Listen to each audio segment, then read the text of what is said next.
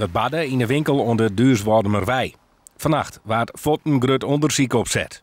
Blikken die dat er nog explosieven in de automaat zitten en kreeg dus de vorige nacht in Houderwijk moesten een keer wenten ontdrommen worden.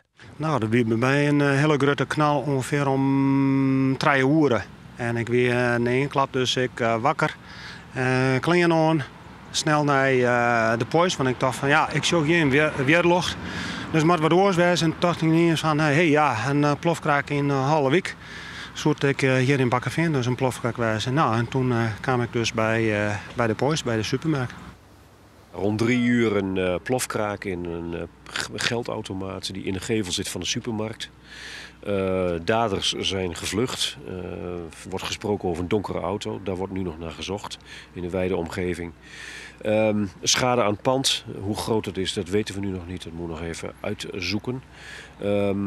Nou, en bij ons forensisch onderzoek treffen wij nog restanten van explosieven, of in ieder geval explosief materiaal aan in de geldautomaat.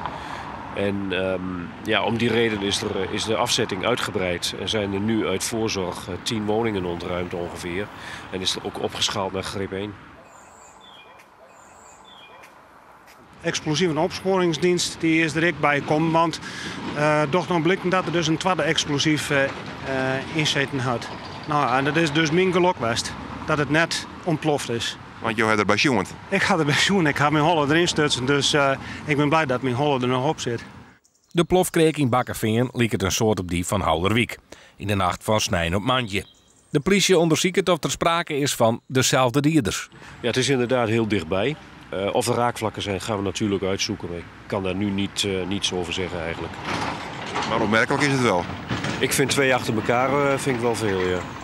De skeer onder Poys supermerk valt daar. De winkel is dan echt gewoon in.